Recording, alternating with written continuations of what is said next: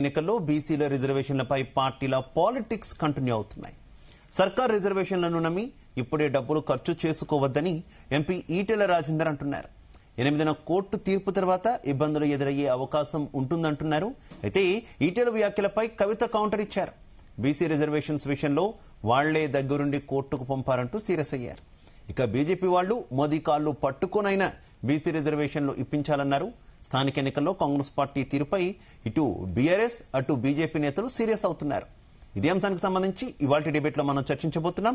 నాతో పాటు డిబేట్ లో పాల్పంచుకుంటున్నారు భారతీయ జనతా పార్టీ నాయకులు పల్నాటి వెంకటరెడ్డి గారు. మరి కాసేపట్లోనే ఇతర పార్టీలకు సంబంధించినటువంటి ప్యానలిస్టులు కూడా మనతో పాటు జాయిన్ అవుతారు. వెంకటరెడ్డి గారు, very good evening. Good evening అండి. వెంకటరెడ్డి గారు, తెలంగాణలో స్థానిక సంస్థల ఎన్నికలకు సంబంధించి హడావిడి అయితే మొదలైంది. హడావిడి ఇన్ ద సెన్స్ గ్రౌండ్ లెవెల్లో అంతా ప్రారంభమైంది. కానీ ఎక్కడో ఒక క్వశ్చన్ మార్క్ అయితే కంటిన్యూ అవుతుంది. అసలు ఎన్నికలు జరుగుతాయా లేదా అనేటటువంటి ఒక అనుమానం ఇంకా కంటిన్యూ అవుతున్న సిచ్యువేషన్. దీన్ని మరింత పెంచే ప్రయత్నం చేశారు మీ పార్టీ సీనియర్ నేత ఎంపీ ఈటెల రాజేందర్. ఓకే, ఆయన ఈటెల రాజేందర్ గారి వ్యాఖ్యలకు సంబంధించి కూడా మనం డిస్కస్ చేద్దాం. ఫస్ట్ ఆఫ్ ఆల్ అసలు ఏంటి ఈ స్థానిక ఎన్నికలు, అలాగే బీసీ రిజర్వేషన్ల మీద మీ కామెంట్ ఏంటి చెప్పండి. ముందుగా మీకు అలాగే జీ తెలుగు ప్రేక్షకులకి ప్యానల్ మిత్రులకు నమస్కారం. స్థానిక సంస్థల ఎన్నికలు ఏవైతే వస్తా ఉన్నాయో డెఫినెట్ గా 42% రిజర్వేషన్ కానీ లేకపోతే లోకల్ బాడీ ఎలక్షన్స్ కానీ కండక్ట్ చేయడం కానీ డెఫినెట్ గా భారతీయ జనతా పార్టీ స్వాగతిస్తా ఉంది. ఎందుకంటే లోకల్ బాడీ ఎలక్షన్స్ ఆల్మోస్ట్ ఒక 20 నెలలు అయిపోయింది. జనవరి 31 తారీఖు 2024 రోజు పదవి కాలం పూర్తయితే ఇప్పటిదాకా లోకల్ బాడీ ఎలక్షన్స్ కండక్ట్ చేయలేని పరిస్థితి కాంగ్రెస్ పార్టీది. కాంగ్రెస్ పార్టీ భయపడతా ఉంది. ఒకటేంటంటే కాంగ్రెస్ పార్టీ చేసింది ఏమి లేక రేపు పొద్దున లోకల్ బాడీ ఎలక్షన్స్ ఎక్కడ ఓడిస్తారు, ఎక్కడ మరి ఊర్లో నుంచి తరిమేస్తారన్న ఒక భయంతో రోజుకో డ్రామా ఆడుకుంటూ ఇప్పుడు ఒక బూచిగా 42% రిజర్వేషన్ తీసుకొచ్చి ముందు పెడతా ఉంది. సో దాన్ని చూపుతూ మేము 42% రిజర్వేషన్ అమలు చేస్తాం, మీరు అమలు చేశాక ముందుకు పోతామని చెప్పి అంటున్నాను. నేను ఏమంటున్నానంటే కాంగ్రెస్ పార్టీకి చిత్తశుద్ధి లేదు. కాంగ్రెస్ పార్టీ ఇచ్చిన హామీలు కానీ వాగ్దానాలు కానీ అమలు చేయలేని పరిస్థితి కనబడతా ఉంది. వాటిని తప్పించుకోవడానికి ఒక 42% రిజర్వేషన్ తీసుకొచ్చారు. వీళ్ళు చేయలేని ఏవైతే ఈ రిజర్వేషన్ నిజంగానే పక్కగా అమలు చేస్తారు అంటే డెఫినెట్ గా ఒక క్వశ్చన్ మార్క్ మాత్రం ఇప్పటికి కూడా కనపడతా ఉంది. ఎందుకంటే ఈ ఏదైతే కామారెడ్డి డిక్లరేషన్ లో బీసీలకి 42% మీద ఇస్తానని చెప్పి రాహుల్ గాంధీ ఎప్పుడైతే చెప్పాడో అప్పటి నుంచి ఇప్పటి వరకు మన్నటి వరకు పట్టించుకోలేదు. ఎందుకు పట్టించుకోలేదని నాకు అర్థం కావట్లేదు. 20 నెలలు దగ్గరగా 17 నెలల కాలంలో ఒక్కసారి కూడా దాని గురించి పట్టించుకోలేదు. ఎందుకు అడావిడిగా ఇప్పుడు తీసుకొచ్చి ఒక బీసీ కమిషన్ ద్వారా, తర్వాత బీసీ డెడికేషన్ కమిషన్ ద్వారా, హైకోర్టు మొటికలు వేసిన తర్వాత ఇవన్నీ కూడా ఒక్కొక్కటి చూస్తే వాళ్ళు చేసినంత ఏంటంటే తప్పులు తడకగా సర్వే రిపోర్ట్ తీసుకొచ్చారు. వాళ్ళు ఎంతమంది ఉన్నారని చేయలేదు, సర్వే చేయలేదు. ఒక ఎంపరికల్ డేటా తీసుకొచ్చారు. ఆ ఎంపరికల్ డేటాకి ఏమన్నా లీగాలిటీ ఉందంటే అది కూడా ఉన్నట్టు కనపడతలేదు. దాన్ని తీసుకొచ్చి అసెంబ్లీలో పెట్టారు. ఒక బిల్లును పాస్ చేయించారు. ఎస్, అన్ని పార్టీలు స్వాగతించినాయి, అన్ని పార్టీలు ఆమోదించినాయి, అప్రూవ్ చేసినాయి. తర్వాత దాన్ని తీసుకెళ్లి రాజకీయాలు ఉంటాయి, రాజకీయ పార్టీలు రాజకీయమే చేస్తాయి. అంతిమంగా ఏ పార్టీ ఏ ప్రభుత్వం ఉన్నా ఏ రకంగా చెప్పినా అందులో రాజకీయ కోణం కంపల్సరీ ఉంటుంది. అలాగే కాంగ్రెస్ కూడా. కానీ తెలంగాణతో మొదలుపెట్టి జాతీయ వ్యాప్తంగా ఒక ప్రయోగం చేసేటటువంటి ప్రయత్నం కాంగ్రెస్ పార్టీ చేస్తున్నట్టే కనిపిస్తుంది. అది ముఖ్యంగా కులగణన కావచ్చు, లేదంటే ఇప్పుడు బీసీలకు 42% రిజర్వేషన్ కావచ్చు. అంతిమంగా తుపాకీ మీ భుజాల మీద పెట్టి ఢీకొట్టే ప్రయత్నం అనేది చేస్తున్నట్టయితే కనిపిస్తుంది. మీరే టార్గెట్ భారతీయ జనతా పార్టీని జాతీయ స్థాయిలో ఎదుర్కోవడానికి ఒక్కొక్క ప్రయోగం చేస్తున్నట్టు కనిపిస్తుంది. ఏ రకంగా ఎదుర్కోబోతున్నారు? కులగణన అంటే అప్పట్లో మీరు ఇదంతా కూడా తప్పు అంటూ కూడా కొంత మాట్లాడిన పరిస్థితి. కానీ ఫైనల్ గా మేము కూడా కులగణన చేస్తామని కేంద్ర ప్రభుత్వం అయితే ప్రకటించింది. అక్కడ వరకు ఓకే. ఈ బీసీల రిజర్వేషన్ అంశం నివురు గప్పిన నిప్పు లాంటిది కదా దేశవ్యాప్తంగా. ఏ రకంగా ఎదుర్కోబోతున్నారు? డెఫినెట్ గా ఎందుకంటే ఇప్పుడు కాంగ్రెస్ పార్టీకి చిత్తశుద్ధి లేదు. కానీ భారతీయ జనతా పార్టీ ఒక్కసారి అన్నదంటే, ఒక్కసారి చెప్పిందంటే డెఫినెట్ గా చేస్తాం. ఎందుకు చెప్తున్నా అంటే ఇదే కాంగ్రెస్ పార్టీ, కాంగ్రెస్ ప్రభుత్వం 2015లో కర్ణాటకలో ఎవరున్నారండి? సిద్ధరామయ్య గారు కాంగ్రెస్ ప్రభుత్వం ఉంది. 2015లో కాస్ట్ సెన్స్ తీసుకొచ్చారు, సర్వే తీసుకొచ్చేసారు. రిపోర్ట్ ఏమైంది? రిపోర్ట్ ఎందుకు ఇంప్లిమెంట్ చేయలేకపోయారు? ఎందుకు రిజర్వేషన్ ఇవ్వలేకపోయారు అంటే వాళ్ళకి తెలుసు అది. ఎందుకంటే సుప్రీంకోర్టులో క్యాప్ ఉంది. ఆ 50% క్యాప్ వెళ్లే పరిస్థితి లేదు, అది తీసే పరిస్థితి లేదు. ఎందుకంటే 1 కాదు 2 కాదు, చాలా వరకు ఒక 3-4 జడ్జిమెంట్లు ఉన్నాయి. ఒకటి ఏది కిషన్ రావుది Krishnamurthy versus union government of India ఒకటి. రెండవది వికాస్ కిషన్ రావు వర్సెస్ మహారాష్ట్ర ప్రభుత్వం, మూడోది ఇంద్ర సహాని. ఈ 3 కేసుల్లో సుప్రీంకోర్టు క్లియర్ గా చెప్పింది 50% క్యాప్ ఉంది కాబట్టి దానికి మించి ఇవ్వకూడదు అని చెప్పింది కాబట్టి మరి కర్ణాటక ప్రభుత్వం చేయలేకపోయింది. తర్వాత మహారాష్ట్ర ప్రభుత్వం ఎన్నికల్లో గెలిచిన తర్వాత దాన్ని క్యాన్సిల్ కూడా చేశారు, మరి అది కూడా ఉంది. తర్వాత బీహార్ ప్రభుత్వం కూడా ప్రయత్నం చేశారు. ఇవన్నీ కూడా ఉన్నాయి కాబట్టి ఈవెన్ తమిళనాడు రాష్ట్రం కూడా 9th షెడ్యూల్లో యాడ్ చేర్చినా కూడా ఇప్పటికీ సుప్రీంకోర్టులో పెండింగ్ లో ఉంది కేసు కూడా. వాళ్ళు అమలు చేస్తా ఉన్నారు, సుప్రీంకోర్టు మాత్రం పెండింగ్ లో ఉంది. ఇక్కడ రాజశేఖర రెడ్డి గారు తీసుకొచ్చిన బీసీఈలో 4% రిజర్వేషన్ ముస్లింకి ఏది ఇచ్చారో అది కూడా ఇప్పుడు పెండింగ్ లో ఉంది సుప్రీంకోర్టులో, అది కేసు నడుస్తా ఉంది. ఇవన్నీ ఉన్నాక కూడా మరీ దీన్ని కావాలని ఎందుకు తెస్తున్నారంటే ఇదంతా ఓటు బ్యాంక్ పాలిటిక్స్ కోసం తీసుకొచ్చారు. ఈ కామారెడ్డిలో బీసీ డిక్లరేషన్ కూడా వాళ్ళకి తెలిసి తప్పులు చేస్తా ఉన్నారు, తెలిసి వాళ్ళు బీసీ సమాజాన్ని మోసం చేస్తా ఉన్నారు, తెలిసి సుప్రీంకోర్టు ప్రధానంగా ఈ రిజర్వేషన్ అంశం తెర మీదకి వచ్చిన ప్రతిసారి కూడా ప్రధానంగా ఒక క్వశ్చన్ కేంద్ర ప్రభుత్వాన్ని సంధిస్తున్నారు, అటు బీసీ నాయకులు కావచ్చు, ఇటు ఇతర రాజకీయ పక్షాలు కావచ్చు. అసలు ఈ బీసీలు ఎంతమంది ఉన్నారు, వారికి మాత్రం ఎకనామికల్లీ బ్యాక్వర్డ్ క్లాసెస్ అని చెప్పేసి మీరు ఇచ్చినటువంటి రిజర్వేషన్లను ప్రస్తావిస్తున్నటువంటి పరిస్థితి. వాళ్ళు ఎంతమంది ఉన్నారు, వారికి 100% రిజర్వేషన్లు వాళ్ళకి అమలవుతున్నాయి. వారి పట్ల చూపించినటువంటి చిత్తశుద్ధి బీసీల విషయంలో మాత్రం కనబరచట్లేదు భారతీయ జనతా పార్టీ అనేటటువంటి విమర్శ ఎక్కువగా చేస్తున్న పరిస్థితి. దాని మీద ఏం చెప్తారు వెంకటరెడ్డి గారు? ఇప్పుడు నేను ఏమంటున్నా అంటే దీంట్లో ఒక క్లారిటీ ఇవ్వాలి మీకు. ఎందుకంటే ఇప్పుడు 42% రిజర్వేషన్ ఎవరు వ్యతిరేకించట్లేదు. అసెంబ్లీలు పెట్టినప్పుడు, బిల్లులు పెట్టినప్పుడు కూడా భారతీయ జనతా పార్టీ స్వాగతిస్తుంది అంటుంది. కానీ ఆ స్థాయిలో ఈ బీసీ రిజర్వేషన్లు కల్పించేంత స్థాయిలో ఉన్నటువంటి చిత్తశుద్ధి బీసీల విషయంలో లేదు అనేటటువంటిది వాళ్ళ ప్రశ్న, విమర్శ. భారతీయ జనతా పార్టీ డెఫినెట్ గా భారతీయ జనతా పార్టీ దాన్ని ఎక్కడ కూడా వ్యతిరేకించలేదు. 42% కాదు, 45 కాదు, ఈవెన్ 56% కూడా బీసీలకు ఇవ్వని చెప్పి మేము అంటా ఉన్నాం. కానీ ఇక్కడ ఏంటి వీళ్ళు చేసేది ఏంటంటే ఈ 42% లో 10% ముస్లింలకు ఇస్తా ఉన్నారు. ముస్లింలకు ఆల్రెడీ బీసీపీలో ఉన్నాయి, తర్వాత బీసీఈలో క్రియేట్ చేశారు, తర్వాత మళ్ళీ తీసుకొచ్చి బీసీ ఇప్పుడు 42% లో 10% ముస్లింలకు తోడుగా ఇస్తా ఉన్నారు. అది మేము వ్యతిరేకిస్తా ఉన్నాం. దాన్ని తీసేసి మీరు గంప గుత్తగా 42% బీసీ సమాజానికి ఇస్తా అంటే డెఫినెట్ గా అది స్వాగతించే అవకాశాలు ఉంటాయి. కానీ మీరు దాన్ని తక్కువ చేసి చూపించుకుంటూ బీసీ సమాజాన్ని మోసం చేస్తే మాత్రం 80% ఊరుకునే లేదు. తర్వాత ఈడబ్ల్యూఎస్ అన్నారు. ఈడబ్ల్యూఎస్ అనేది దాంట్లో ఎకనామికల్లీ బ్యాక్వర్డ్ క్లాసెస్, ఓసీలలో కూడా జీతం ఉండేటోళ్ళు ఉన్నారు, కూలి చేసుకుంటోళ్ళు ఉన్నారు, వాళ్ళకి ఇస్తా ఉన్నారు. బాగా డబ్బున్న వాళ్ళకి కాదు ఇది, బాగా పూర్ణ వాళ్ళకి దాంట్లో ఏదైతే క్యాప్ ఉందో, ఏదైతే ఎకనామికల్ గా క్యాప్ ఉందో ఆ క్యాప్ 2 లక్షల 2.5 లక్షల లోపల ఉన్న వాళ్ళకి ఇస్తా ఉన్నారు. కానీ వీటిని వ్యతిరేకిస్తారా? ఈవెన్ ఓసీలలో ఉన్నారు చాలా మంది, వాళ్ళంతా కూడా మన వాళ్ళెట్టుకోవాలి. డెఫినెట్ గా మీరు అన్నది కరెక్టే వెంకటరెడ్డి గారు. కానీ ఇక్కడ సంధిస్తున్నటువంటి క్వశ్చన్ నేను మళ్ళీ క్లియర్ గా చెప్తున్నాను. అసలు ఓసీల యొక్క పర్సంటేజ్ ఎంత ఉంది అంటే అగ్రవర్ణాల యొక్క పర్సంటేజ్ ఎంత ఉంది, మిగిలినటువంటి అణగారిన వర్గాల యొక్క పర్సంటేజ్ ఎంత ఉంది. కాకపోతే తక్కువ ఉన్నటువంటి అగ్రవర్ణాలకు మాత్రం 10% రిజర్వేషన్ కల్పిస్తున్నారు.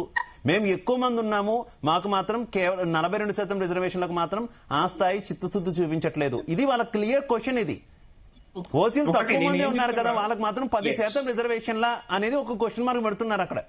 నేనేం చెప్తున్నా, ఇప్పటికి కూడా చెప్తున్నాను, డిమాండ్ చేస్తామని కాంగ్రెస్ పార్టీ కానీ కాంగ్రెస్ ప్రభుత్వాన్ని ఆ 42% పూర్తిగా బీసీ సమాజానికి ఇస్తే డెఫినెట్ గా అది చర్చకు వచ్చే అవకాశాలు ఉంటాయి.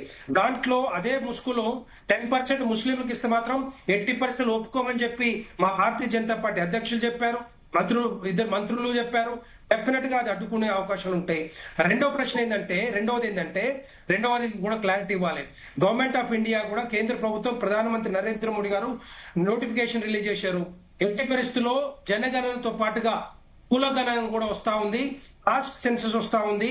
ఫస్ట్ టైం 1931 తర్వాత ఫస్ట్ టైం కేంద్ర ప్రభుత్వం తీసుకొస్తా ఉంది. అది కూడా భారతీయ జనతా పార్టీ ప్రభుత్వం.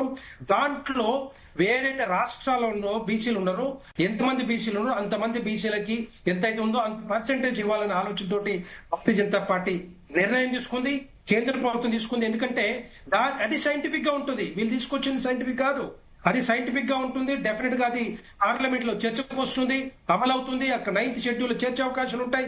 అది రాష్ట్రం మొత్తం, భారతదేశం మొత్తం అన్ని రాష్ట్రాల్లో అమలయ్యే అవకాశాలు ఉంటాయి. తప్పితే కాంగ్రెస్ పార్టీ తీసుకొచ్చిన ఏదైతే రిపోర్ట్ ఉందో అన్సైంటిఫిక్ గా దాంట్లో 10% Okay. ముస్లింలకు చేర్చుతూ ఎట్టి పరిస్థితుల్లో ఒప్పుకోలేదని చెప్పి ఒప్పుకోమని చెప్పి కూడా క్లారిటీ ఉంది. ఓకే వెంకటరెడ్డి గారు, కంటిన్యూ చేద్దాం. మీరు చేపడతామని చేపడతామంటున్నటువంటి కులగణనకు సంబంధించి కూడా మనం డిస్కస్ చేద్దాం. అంతో పాటు కాంగ్రెస్ పార్టీ నుంచి డాక్టర్ లింగం యాదవ్ గారు జాయిన్ అయ్యారు. అసలు కాంగ్రెస్ పార్టీ ఒపీనియన్ ఏంటి అనేది కూడా మనం తెలుసుకునే ప్రయత్నం చేద్దాం. డాక్టర్ లింగం యాదవ్ గారు నమస్తే. నాడియో క్లియర్ గా ఉందా మీకు? మ్యూట్ లో ఉన్నట్టున్నారు. ఒక్కసారి లింగం యాదవ్ గారు చెప్పండి. క్లియర్. లింగం యాదవ్ గారు ఏంటి, స్థానిక సంస్థల ఎన్నికలకు రెడీగా ఉన్నారు, ఆల్రెడీ నోటిఫికేషన్ కూడా వచ్చినటువంటి పరిస్థితి, కానీ స్టిల్ ఇప్పటికీ కూడా ఎక్కడో సందేహం ఉంది.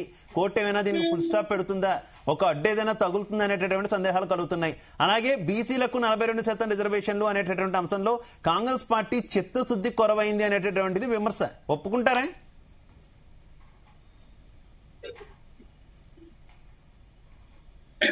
గుడ్ ఈవినింగ్ అండి. ముందుగా మీకు జూనియర్ ప్రేక్షకులకు కోపానలిస్టులకు కూడా ఇవాళ కాంగ్రెస్ పార్టీ గత మేనిఫెస్టోలో చెప్పేదో దానికి అనుగుణంగానే ఇవాళ దేశ చరిత్రలోనే మొదటిసారిగా స్వాతంత్రానంతరం ఇవాళ క్యాస్ట్ సెన్సస్ చేసి ఒక శాస్త్రీయబద్ధంగా ఇవాళ కులగణన చేసి అదే విధంగా ఒక డెడికేషన్ కమిషన్ ఏర్పాటు చేసి వాళ్ళ స్థానిక సంస్థల్లో అదే విధంగా విద్యా ఉద్యోగులలో 42% బీసీలకు రిజర్వేషన్ ఇవ్వాలని వాళ్ళ అసెంబ్లీలో బిల్లు పాస్ చేసి వాళ్ళ గవర్నర్ కు తద్వారా కేంద్రానికి పంపిస్తే మరి ఇవాళ బీజేపీ ప్రభుత్వం కేంద్రంలో అధికారంలో ఉన్నటువంటి నరేంద్ర మోడీ గారు ఇవాళ దాన్ని ఆమోదించకుండా ఇవాళ తత్సారం చేస్తుంటే ప్రభుత్వం ఎట్లా బీసీలకు మనం 42% రిజర్వేషన్ ఇవ్వాలని జీవో ఇస్తే దీని మీద కావలసుకొని బీఆర్ఎస్ బీజేపీ నాయకులు ఇవాళ కేసులు వేపించి దీని మీద కుట్రలు చేస్తున్నారు. ఎందుకంటే సామాజిక న్యాయం ద్వారా బీసీలకు ఇవాళ అధికారంలోకి వస్తే ఇవాళ బీజేపీ బీఆర్ఎస్ బీసీలకు వ్యతిరేకమైనటువంటి పార్టీలు.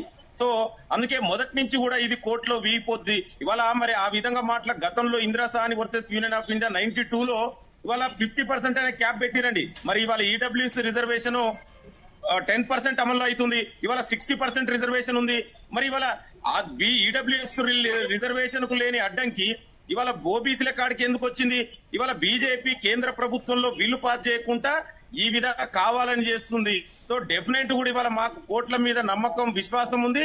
డెఫినెట్ కూడా ఇవాళ ప్రభుత్వం ముఖ్యమంత్రి తీసుకున్న నిర్ణయాన్ని ఇవాళ మాకు హోప్ ఉంది. డెఫినెట్ కూడా స్థానిక సంస్థల్లో 42% రిజర్వేషన్ అమలు అవుతుంది. అమలు అయిన తర్వాతనే ఇవాళ మేము ఎలక్షన్ లో పోతాం. అయితే లింగం యాదవ్ గారు ఈ రోజు కొద్దిసేపటి క్రితమే లింగం యాదవ్ గారు కొద్దిసేపటి క్రితమే తెలంగాణ జాగృతి అధ్యక్షురాలు కవిత కూడా రెస్పాండ్ అయ్యారు ఈ రిజర్వేషన్ అంశానికి సంబంధించి, స్థానిక సంస్థల ఎన్నికలకు సంబంధించి. అసలు పగలు జీవో ఇచ్చింది కాంగ్రెస్ ప్రభుత్వం, కానీ రాత్రి వారికి సంబంధించినటువంటి అనుచరులతో కోర్టులో కేసులు వేయించారు. ఇదంతా కూడా కాంగ్రెస్ ఆడుతున్నటువంటి రాజకీయం అంటూ కూడా విమర్శిస్తున్నటువంటి పరిస్థితి. ఒప్పుకుంటారా? కేసులు వేసిన వాళ్ళు కాంగ్రెస్ పార్టీ సన్నిహితులా, లేదంటే ముఖ్యమంత్రికి ఏమైనా సంబంధం ఉందా కవిత గారు ఆరోపించినట్టు? తీయండి. ఇవాళ ఈ బీఆర్ఎస్ నాయకులు బీజేపీ నాయకులు ఇంకా ఎవరు మాట్లాడినా కూడా ఇవాళ కేసు వేపించింది ఎవరైనా మాధవ్ రెడ్డి అనుకున్నది ఇవంతా కూడా బీజేపీ ఆర్ఎస్ ఎన్నుకుండి ఆడుతున్నటువంటి డ్రామాలు. ఇవాళ బీసీలకు ఎక్కడ జరుగుతుందో, ఎక్కడ ప్రభుత్వానికి పేరు వస్తుందో, ఇవాళ బీసీలకు 42% రిజర్వేషన్ అమలు కావద్దని మొదటి నుంచి కుట్రలు పనుతున్నారు వీళ్ళు. ఎందుకంటే గతంలో ఉన్న రిజర్వేషన్ తగ్గించినటువంటి చరిత్ర బీఆర్ఎస్ కి. ఇవాళ దాదాపు నెలల తరబడి ఇవాళ రాష్ట్రపతి దగ్గర బిల్లు పెండింగ్ ఉంది. మరి బీజేపీ నాయకులు ఎందుకు దాని గురించి మాట్లాడరు? ఇవాళ కవిత గారు, కేటీఆర్ మరి ఉన్న 10 ఏళ్ల అధికారం ఉంది వాళ్ళే కదా. రిజర్వేషన్ తగ్గించినప్పుడు ఎందుకు మాట్లాడలే వాళ్ళు? ఇవాళ కావలసుకొని ప్రభుత్వం మంచి నిర్ణయం ఉంది తీసుకుంది. పాజిటివ్ దృక్పథంతో ఇవాళ ప్రభుత్వం రేవంత్ రెడ్డి గారు ముందుకెళ్తుంటే కావలసుకొని ఇది అమలు జరగదు, కోర్టులో నిలవదు. అరే కోర్టులో మరి గతంలో 50% ఇవాళ 60% అయిందండి. ఇవాళ దాని గురించి ఏం మాట్లాడతారు? అంటే ఇవాళ ఒక సైంటిఫిక్ గా డేటా క్యాస్ట్ సెన్సస్ చేసి డెడికేషన్ కమిషన్ ఏర్పాటు చేసి ఇవాళ ఒక శాస్త్రీయబద్ధంగా ఇవాళ బ్యాక్వర్డ్నెస్ ఆధార బీసీ రిజర్వేషన్ ఇస్తే ఇందులో కొంతమంది ముస్లింలు ఉంటారు. ముస్లింలు అనేది మతం పరంగా రిజర్వేషన్ కాదండి, వాళ్ళు వెనకబాటుతనం ఆధారంగా రిజర్వేషన్ ఇస్తున్నాం. అంటే ఏదో ఒక పేరు మీద ఇందులో ముస్లింలు ఉన్నారని కొంతమంది, ఈ రిజర్వేషన్ కోర్టులో నిలవదని కొంతమంది, ఏదో విధంగా రిజర్వేషన్ అడ్డుకోవడం కోసమే ఇవాళ బీఆర్ఎస్ బీజేపీ ఈ కుట్రలు పన్నుతున్నారు. పూర్తిగా ప్రశ్నిస్తున్నా, బీజేపీ ఇన్ని మాట్లాడుతున్నారు కదా, మరి బిల్లు నరేంద్ర మోడీ దగ్గర పెట్టుకొని ఎందుకు అమలు చేస్తలేరండి? ఎందుకు పార్లమెంట్ లో బిల్లు పాస్ చేసి 9th షెడ్ లో ఎందుకు పెడతలేరు? అంటే మీ చిత్తశుద్ధి మీకు మీద మీకు లేదా? బీసీల ఓట్లు మీకు కావద్దా? అంటే మీకు ఎంతసేపు రాజకీయాలు తప్ప నిజంగా బీసీలు అభివృద్ధి సంక్షేమం కావద్దా మీకు? అందుకే నేను ఏమంటున్నా అంటే దయచేసి ఇప్పటికైనా మీరు మీ కుట్రలు మానుకోండి. మీరు ఇదే విధంగా తెలంగాణలో ప్రజలు ఇక్కడ మీరు అడిగిన క్వశ్చన్ కి కంటిన్యూస్ గా ఇంకో క్వశ్చన్ లింగం యాదవ్ గారు, మీరు భారతీయ జనతా పార్టీని ప్రశ్నించారు. లింగం యాదవ్ గారు, మీరు భారతీయ జనతా పార్టీని క్వశ్చన్ చేశారు, ఎందుకు మీరు ముందుకి ఆ బిల్లులు పాస్ తీసుకెళ్లట్లేదు, రాష్ట్రపతి దగ్గర పెండింగ్ ఉంది, గవర్నర్ దగ్గర పెండింగ్ ఉంది అంటున్నారు. కాకపోతే అటు బీజేపీ నుంచి వస్తున్నటువంటి కౌంటర్ క్వశ్చన్ ఏంటంటే అసలు కాంగ్రెస్ పార్టీకి బీసీల మీద ఇప్పుడే ఎందుకు ప్రేమ వచ్చింది? వాళ్ళు దేశాన్ని పరిపాలించింది అత్యధికంగా వాళ్ళే కదా, అప్పుడు ఎందుకు రిజర్వేషన్ కల్పించలేకపోయారు? అధికారానికి దూరం అయ్యి 11 ఏళ్లు గడిచిన తర్వాత ఇప్పుడు బీసీలకు 42% రిజర్వేషన్ ఇవ్వాలని గుర్తొచ్చిందా అనేది క్వశ్చన్. ఏం చెప్తారు? అధికారంలో ఉన్నప్పుడు ఎందుకు ఇవ్వలేకపోయారు మీరు? ఎస్, మీరు అడిగిన గతంలో ఇవాళ మా నాయకుడు రాహుల్ గాంధీ గారు చాలా స్పష్టంగా చెప్పారు. అయినా కూడా ఇంకొకటండి, ఇదే బీసీ రిజర్వేషన్ 93లో ఆనాడు పివి నరసింహరావు గారి ఆధ్వర్యంలో బీసీ రిజర్వేషన్ ఉద్యోగులలో 27% రిజర్వేషన్ ఇచ్చింది కూడా కాంగ్రెస్ పార్టీ. 2006లో కూడా మన్మోహన్ సింగ్ గారి ఆధ్వర్యంలో బీసీలకు ఇవాళ ఐఐటి, ఐఎం, సెంట్రల్ యూనివర్సిటీలలో, ఎయిమ్స్ లలో ఇవాళ ఓబీసీ విద్యార్థులకు 27% అమలైతుందంటే అది ఇవాళ ఇచ్చింది కూడా కాంగ్రెస్ పార్టీ. దయచేసి నేను ఏమంటున్నంటే ఇవాళ దేశవ్యాప్తంగా కూడా ఇవాళ బీసీలు కులగణన చేయాలి, బీసీలకు జనాభా దమాషా ప్రకారం ఇవాళ రిజర్వేషన్ ఇవ్వాలని దేశవ్యాప్తంగా ఇవాళ అణగారిన వర్గాలైనటువంటి బ్యాక్వర్డ్ క్లాస్ ఇవాళ డిమాండ్ చేస్తే దానికి అనుగుణంగా ఇవాళ కాంగ్రెస్ ప్రజాప్రభుత్వం ఒక నిర్ణయం తీసుకుంది. ఇవాళ దీన్ని మనం స్వాగతిద్దాం. మీరు 11 ఏళ్లుగా అధికారంలో ఉన్నారు, మీరే కదా. మరి నరేంద్ర మోడీ నేను బీసీ అని చెప్పుకుంటున్నాడు కదా, పిచ్చడం వర్గసే హాయ్ అన్నాడు. మరి ఎందుకు అమలు చేస్తున్నాడు బీసీలకు రిజర్వేషన్? 11 ఏళ్లుగా కేంద్రంలో ఒక ఓబీసీ మంత్రిత్వ శాఖ ఎందుకు లేదు? అంటే నీకు బీసీ మీద ప్రేమ, చిత్తశుద్ధి ఎంత ఉందని ఇవాళ బీజేపీ ఇవాళ చాలా స్పష్టంగా కనబడుతుంది. ఇవాళ మా నాయకుడు రాహుల్ గాంధీ గారు ఒకటే చెప్పారు, జిత్నా ఆబాది ఉత్నా భాగీదార్ అని. దానికి అనుగుణంగానే ఇవాళ రిజర్వేషన్ కోసం కాంగ్రెస్ పార్టీ దేశవ్యాప్తంగా పోరాడుతుంది. దాంట్లో ఇవాళ తెలంగాణ రాష్ట్రం ఇవాళ దేశానికి ఒక ఆదర్శ రాష్ట్రంగా, మోడల్ రాష్ట్రంగా నిలుస్తుంది. దయచేసి ఇవాళ చేతిక వచ్చినటువంటి ముద్దని ఇవాళ దయచేసి రిజర్వేషన్ అడ్డుకోకండి. బీసీల ఆగ్రహానికి మీరు గురి కావద్దు. మీరేమైనా దయచేసి ఈ యొక్క అవకాశం, ఈ పేరు మాకు వద్దండి, మీరే తీసుకోండి పేరు, కానీ బీసీలకు వచ్చిన అవకాశాన్ని మీరు కాదనొద్దు అనేదే మా యొక్క విజ్ఞప్తి. ఓకే లింగం యాదవ్ గారు. వెంకటరెడ్డి గారు, అంతిమంగా భారతీయ జనతా పార్టీ కమండల్ పాలిటిక్స్ కి కాంగ్రెస్ ఇస్తున్నటువంటి మండల్ పాలిటిక్స్ కౌంటర్ ఇది ఏ రకంగా చూసుకున్నా, అది కులగణన చూసుకోండి, లేదంటే ఈ బీసీ రిజర్వేషన్ లో ఇతర అంశాలు చూసుకోండి, ఈ రెండు మాత్రమే కనిపిస్తున్నటువంటి పరిస్థితి. ఏ రకంగా కౌంటర్ చేస్తారు? నేను ఒకటే చెప్తా ఉన్నాను. ఇప్పుడు కాంగ్రెస్ పార్టీ ఏం చేసింది?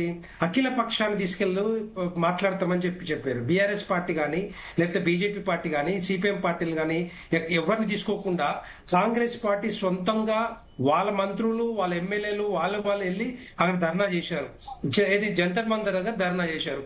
ధర్నా చేసినప్పుడు మరి ఎవరు సపోర్ట్ చేయాలంటే కేంద్రంలో సెంట్రల్ ఎవరున్నారు? సెంట్రల్ పార్టీ, జాతీయ పార్టీ, కాంగ్రెస్ పార్టీ ఉంది కదా. కాంగ్రెస్ పార్టీ అధ్యక్షులు ఎవరు? లేకపోతే ఇప్పుడు ఏది ప్రతిపక్ష నాయకులు ఎవరున్నారు? రాహుల్ గాంధీ కానీ, లేకపోతే సోనియా గాంధీ కానీ, లేకపోతే ప్రియాంక గాంధీ కానీ ఎవ్వరు కూడా రాకుండా, సపోర్ట్ చేయకుండా వాళ్ళు ఎందుకు పారిపోయారో చెప్పాలి.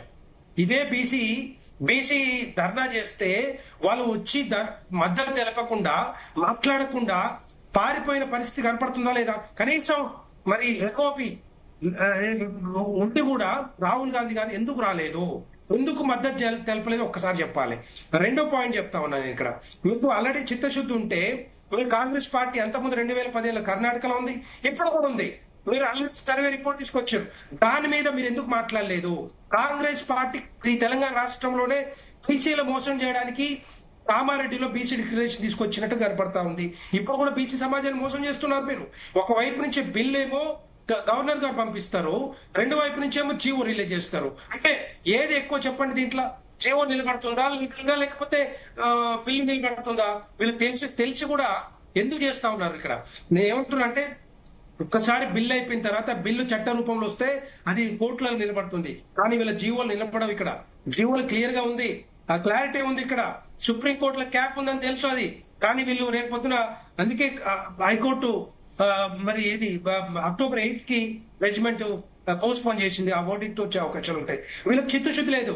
నేను చెప్తున్నా ఏంటంటే భారతీయ జనతా పార్టీకి ఉన్న చిత్తశుద్ధి వీళ్ళకి లేదు. ఎందుకు చెప్తున్నా అంటే అది కూడా 2014 నుంచి ఇప్పటివరకు ప్రధానమంత్రి నరేంద్ర మోడీ గారు వచ్చిన తర్వాత కేంద్ర ప్రభుత్వంలో 27 మంది బీసీలని కేంద్ర మంత్రులు చేసుకున్నాం మేము. 27 మందిని, ఈవెన్ ఇంక్లూడింగ్ ప్రధానమంత్రితో పాటుగా తర్వాత 15 మంది ఎస్సీలను కేంద్ర మంత్రులు చేసుకున్నాం, 10 మంది ఎస్టీలను కేంద్ర మంత్రులు చేసుకున్నాం. అది భారతీయ జనతా పార్టీ చరిత్ర. కేంద్ర ప్రభుత్వం నరేంద్ర మోడీ గారు తీసుకున్న నిర్ణయాలు ఇవన్నీ కూడా. ఒక గిరిజన బిడ్డని మేము రాష్ట్రపతి చేసుకున్నాం, ఒక ఎస్సీ బిడ్డని రాష్ట్రపతి చేసుకున్నాం, ఒక మైనార్టీ బిడ్డని రాష్ట్రపతి చేసుకున్నాం. కాంగ్రెస్ పార్టీ ఎక్కడ చేయలే.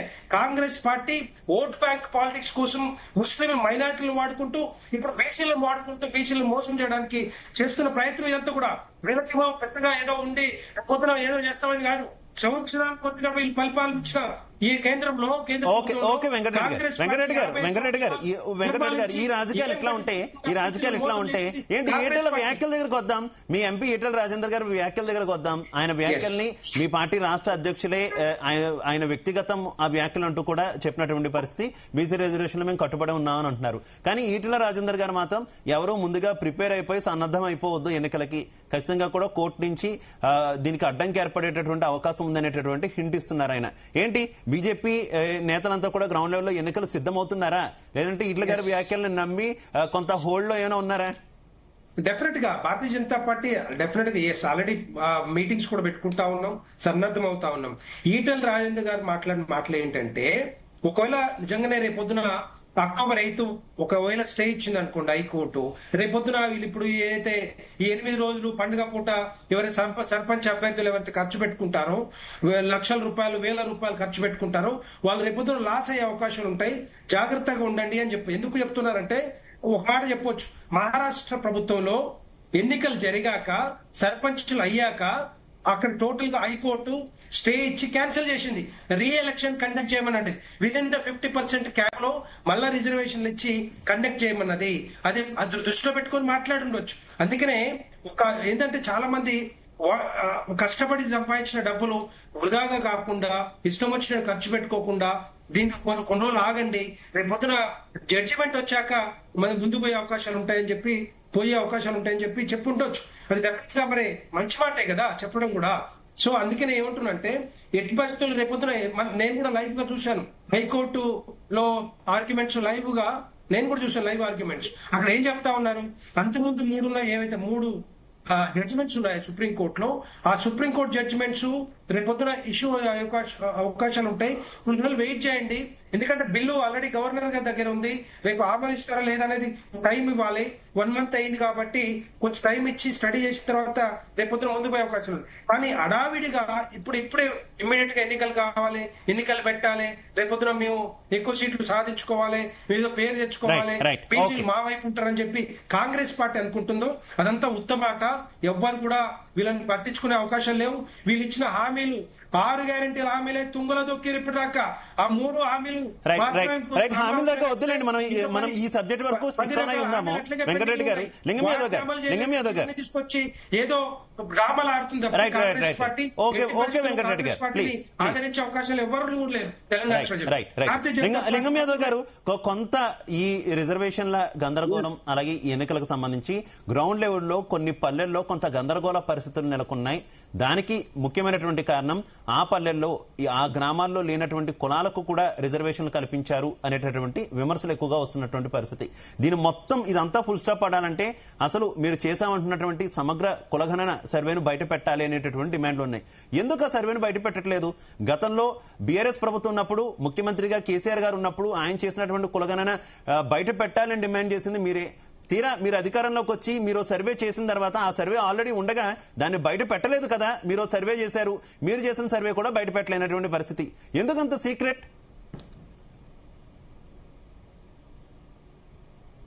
డెఫినెట్ గా మీరైనా డెఫినెట్ కూడా ఇవాళ ప్రభుత్వం ఆల్రెడీ ముఖ్యమంత్రి గారు అసెంబ్లీలోనే బిల్లు పాస్ చేశారు. డెఫినెట్ కూడా ముఖ్యమంత్రి గారు ఇవాళ గతంలో వాళ్ళు మాట్లాడితే ఎట్లండి, బీఆర్ఎస్ 10 ఏళ్ల అధికారంలో ఉండి వాళ్ళు చేసినటువంటి సర్వే ఏం చేసిరో మనందరికీ తెలుసు. ఇవాళ ముఖ్యమంత్రి గారు ఒక మంచి నిర్ణయం తీసుకొని ప్రజాప్రభుత్వం వాళ్ళ బీసీలకు రిజర్వేషన్ ఇవ్వాలంటే ఇది శాస్త్రీయబద్ధంగా జరగలేదని కొంతమంది మాట్లాడతారు. అసలు సర్వేలే పాల్గొనలే కదా. మరి కేసీఆర్ ఆనాడు ఏడుండు, ముఖ్యమంత్రిగా చేసిండు, ఆ మాత్రం సోయి ఉండదా? మంత్రులు చేసినటువంటి హరీష్, కేటీఆర్ కనీసం సర్వోలేనే పాల్గొనలే, వాళ్ళు మాట్లాడితే ఎట్లండి? దయచేసి ఇవాళ సమస్య ఏందండి? బీసీలకు రిజర్వేషన్ 42% స్థానిక సంస్థలు ఇస్తున్నాం. దీన్ని మన అందరం కూడా ఏ విధంగా ఇది ఇంప్లిమెంట్ అయ్యేటట్టు దీని గురించి ఆలోచించాలి తప్ప ఇది వీగిపోద్దని కొనదు. ఇది అసలు సైంటిఫిక్ గా జరగలేదు. మరి దేశంలో 1931 తర్వాత మొదటిసారిగా ఇంత సైంటిఫిక్ గా కులగణన జరిగింది తెలంగాణ రాష్ట్రమే. ఇవాళ దేశం మొత్తం కూడా తెలంగాణ వైపు చూస్తుంది. దయచేసి మీరు దీన్ని అడ్డుకోవడానికి ఇవన్నీ కూడా ఈ కుంటి సాకులు చెప్పుకుంటా ఇది సరిగా జరగలేదు, అందరూ పాల్గొనలేదు. ఎందుకు పాల్గొనలేదండి? ఇన్నిసార్లు అవకాశం ఇచ్చాం. 99% గా ఇవాళ సక్సెస్ గా జరిగింది. ఇవాళ పాల్గొన్న వ్యక్తులు కొంతమంది బీఆర్ఎస్ నాయకులు. అసెంబ్లీలో చర్చ జరిగింది. మరి ప్రతిపక్ష నాయకుడు అసెంబ్లీకి వచ్చి అడగాలి కదా. ప్రతిపక్ష నాయకుడు అసెంబ్లీకే రాడు, ఆయన మాట్లాడితే ఎట్లాంటి ఇవాళ బీఆర్ఎస్ నాయకులకు. అందుకే బీఆర్ఎస్ నాయకులకు బీజేపీ నాయకులు కనీస అర్హత లేదు మాట్లాడడానికి గురించి. ఇక బీజేపీ నాయకులు పెద్దగా చెప్తారు నరేంద్ర మోడీ గురించి. మరి ఎందుకు చేయట్లేదండి? టెక్నికల్ ఓబీసీ ఎందుకు కులగన చేయట్లేడు? దేశవ్యాప్తంగా ఇవాళ ఇనే అన్నాడు కదా, విడిపోతే పడిపోతామన్నారు. మరి ఇవాళ నరేంద్ర మోడీ మెడల్ వంచి ఇవాళ కులగన చేస్తామని చెప్పించినాం కదా. ఇవాళ మీ బిల్లు మీ దగ్గర పెట్టుకొని బిల్లును ఆమోదించకుండా మీరు తత్సారం చేస్తే రాష్ట్ర ప్రభుత్వానికి ఉన్నటువంటి అధికారులను వినియోగించుకొని ఇవాళ కులగన జీవో ఇవ్వడం జరిగింది. డెఫినెట్ కూడా కోర్టుల మీద మాకు నమ్మకం ఉంది, హైకోర్టులో మాకు పాజిటివ్ వస్తుంది. మీరు అడ్డుకోకండి.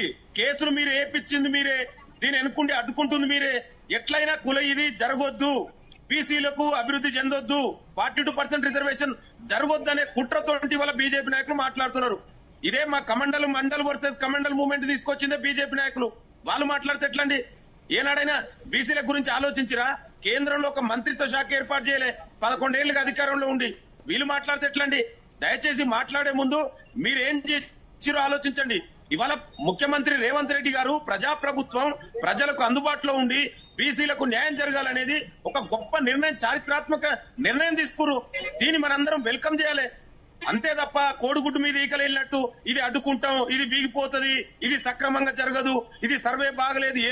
తెలంగాణ మంత్రివర్గంలో అత్యధిక బీసీలకు ఎందుకు మంత్రి పదవులు ఇవ్వలేదు అనేటువంటి క్వశ్చన్ ఉంది. అక్కడ కూడా ఇవ్వచ్చు కదా, రిజర్వేషన్ 42% అమలు చేయొచ్చు కదా అని చెప్పి వ్యంగ్యంగా మాట్లాడుతున్నారు. ఏమంటారు? ఎందుకు తెలంగాణ మంత్రివర్గంలో ఒకే సామాజిక వర్గానికి చెందినటువంటి వ్యక్తులు ఎక్కువగా ఉన్నారు? ముగ్గురు బీసీలు ఉన్నారు. గెలిచిన 6 మందిలో 2 ఇవాళ చీఫ్ విప్పులు ఉన్నారు. ముఖ్యమంత్రి గారి సామాజిక వర్గం ఎంతమంది ఉన్నారు చెప్పాలి, అది కూడా చెప్పాలి మీరు. ముఖ్యమంత్రి గారి సామాజిక వర్గం ఎంతమంది మినిస్టర్స్ ఉన్నారు కూడా చెప్పాలి. మినిస్టర్లు ఉన్నారు, 2 చీఫ్ విప్పులు ఉన్నారు. డెఫినెట్ కూడా రాబోయే రోజులలో అందరికీ సామాజిక న్యాయం చేసే ఏకైక పార్టీ కాంగ్రెస్ పార్టీ, ప్రజా ప్రభుత్వం. మీరేం చేసిరో చెప్పండి. 10 ఏళ్లలో 11 ఏళ్ళుగా ఒక బీసీ మంత్రిత్వ శాఖ పెట్టలే కేంద్రంలో. ఇవాళ ఆనాడు బీఆర్ఎస్ ఏమో ఉన్న రిజర్వేషన్ తగ్గించింది, 33% ఎవరు చేసిరు? టెక్నికల్ ఓబీసీ నరేంద్ర మోడీ అర్హత లేదు. ఓడిపోయే కాడనేమో బీసీ ముఖ్యమంత్రి అంటాడు, గెలిచే కాడనేమో బీసీని ముఖ్యమంత్రి చేయరు. ఉత్తరప్రదేశ్ లో ఏం జరిగిందో తెలుసా అండి మీకు? యోగి కంటే ముందు అక్కడనేమో గెలువ ముందుకేమో మౌర్యాన్ని ముఖ్యమంత్రి చేస్తా ఉన్నారు. అధికారంలోకి వచ్చిన తర్వాత యోగి అప్రకాష్ ఠాగూర్ ని చేసిరు. తెలంగాణలో ఓడిపోతుందని తెలిసి ఇక్కడ బీసీని ముఖ్యమంత్రి అంటారు. ఇది వీళ్ళ చిత్తశుద్ధి. వీళ్ళు బీసీల గురించి మాట్లాడితే ఎట్లండి? ఇవాళ ఈటల రాజేంద్ర ఆయన ఒక బీసీ ఉండి ఏం మాట్లాడతారండి? బీసీలకు వచ్చిన అవకాశాన్ని ఇవాళ దాన్ని సద్వినియోగం చేసుకోవాలి, దానికి ఎంకరేజ్ చేయాలి తప్ప ఇది ఉండదు. అంటే ఈటల రాజేంద్ర, బీఆర్ఎస్, బీజేపీ నాయకులు అంతా కలిసి బీసీల రిజర్వేషన్ అడ్డుకోవడానికి కుట్ర చేస్తున్నారు. మీరు కనుక ఇట్నే చేస్తే బిడ్డ తెలంగాణలో ప్రజలు మిమ్మల్ని తిరగనీయరు, తరిమి కొడతారు. దయచేసి బీసీ రిజర్వేషన్ ఎవరు కూడా అడ్డుకోవద్దనేది మీ ద్వారా మరొకసారి ఈ బీఆర్ఎస్, బీజేపీ నాయకులు. వెంకటరెడ్డి గారు కంటిన్యూ. ఒకటి కేసు వేసింది వాళ్ళ మనుషులే. కేసు వేసిన ఎవరైతే వాళ్ళేమో మీ మనుషులు అంటున్నారు, మీరేమో వాళ్ళ మనుషులు అంటున్నారు. ఎవరు మనుషులు అనుకోవాలి? రేవంత్ రెడ్డి గారితో ఫోటోలు దిగిండు. వాళ్ళే వేస్తారు, వాళ్ళే హైకోర్టులో కేసులు వేస్తారు, వాళ్ళే ఆర్గ్యూ చేస్తారు, వాళ్ళే మాట్లాడతారు. ఇట్లా ఎంత చేసేది కాంగ్రెస్ పార్టీ చేస్తుంది. రెండోది వీళ్ళకి తెలుసో తెలీదు, ప్రధానమంత్రి నరేంద్ర మోడీ గారు వచ్చిన తర్వాత ఒక మంత్రిత్వ శాఖ బీసీ కోసం పెట్టారు, ministry of social justice and empowerment. తెలుసుకొని మాట్లాడాలి. ఏం మాట్లాడుతున్నారో తెలియదు. ఓబీసీ కమిషన్ కూడా పెట్టారు. అది నీకు తెలుసో తెలియదు, తెలుసుకోవాలి. ఓబీసీ కమిషన్ కూడా తెలంగాణ ఓబీసీ కమిషన్ కూడా కేంద్ర ప్రభుత్వం పెట్టారు. అది మీకు తెలుసా? మీకు తెలుసా? అక్కడ నుండి ఎంతమందిని నువ్వు ఆగవు ఒక నిమిషం ఉన్నది. ఒక నిమిషం వెంకటరెడ్డి గారు ప్లీజ్, నేను కంప్లీట్ చేయనివ్వండి. ఒక్క నిమిషం వెంకటరెడ్డి గారు ప్లీజ్, ఇద్దరే కదా. మంత్రిత్వ శాఖ లేదండి, మీరు బీసీ బిడ్డల్ని మళ్ళీ మాట్లాడుతూ నాకు అర్థం కావట్లేదు. ఒక నిమిషం ఆగండి. బీసీ బిడ్డల్ని ఏ విధంగా చదివిపియాలి, ఏ విధంగా ఫండింగ్ చేయాలి, విదేశాలకు ఏ విధంగా పంపించి చదివియాలనేది ministry of social justice and empowerment వచ్చింది. అది మీకు తెలియనట్టుంది. మీరు పెట్టలేదు కాబట్టి మీకు తెలియదు. తర్వాత ఓబీసీ కమిషన్ కూడా వచ్చింది. 2వ పాయింట్ చెప్తున్నా, 3వ పాయింట్ చెప్తా. నేను 3వ పాయింట్ కూడా చెప్తా. ఒక్క నిమిషం లింగరెడ్డి గారు ప్లీజ్, ఒక్క నిమిషం వెంకటరెడ్డి గారు మాట్లాడనివ్వాలి ప్లీజ్. తర్వాత చెప్పుకో ఏదైనా ఉంటే. నేను మాట్లాడుతున్నాను. కంటిన్యూ వెంకటరెడ్డి గారు. మిమ్మల్ని మీరు మాట్లాడినప్పుడు నేను మాట్లాడిన అనుకో, ఇక మీరు మాట్లాడలేదు. ఇక అది నేనేమంటున్నా, ఉత్తరప్రదేశ్ లో భారతీయ జనతా పార్టీ ఎప్పుడు కూడా ముఖ్యమంత్రి మళ్ళా మాట్లాడతావు. ముఖ్యమంత్రి అభ్యర్థిని ఎప్పుడు కూడా ప్రకటించలే. అక్కడ చెప్తాం భారతీయ జనతా పార్టీ గెలిచిన తర్వాతనే అక్కడ ఉమ్మడిగా ఎవరు ఏ అభ్యర్థి పెట్టాలో ఆ అభ్యర్థిని పెడతాం. మీకు భయపడుతుంది. యోగిని వచ్చిన తర్వాత, యోగిని ముఖ్యమంత్రి అయిన తర్వాత మీకు అవకాశాలే లేవు. అక్కడ సున్నా సీట్లు వచ్చినాయి కాబట్టి గెలుచుకుంటుంది భారతదేశంలో కాంగ్రెస్ పార్టీ. 2 పాయింట్ చెప్తా.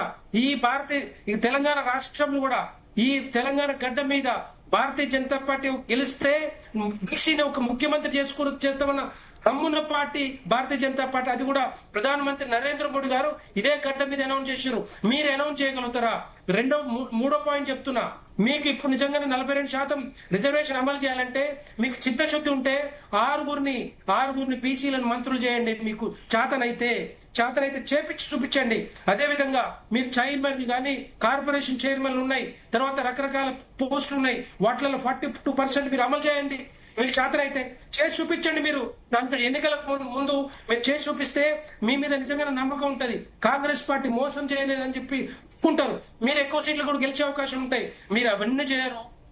ఎంతసేపు ఉన్నా కూడా భారతీయ జనతా పార్టీ మీద బురద జల్లడానికి ప్రయత్నం చేస్తాం. ఏం మాట్లాడతారో అర్థం కావట్లేదు.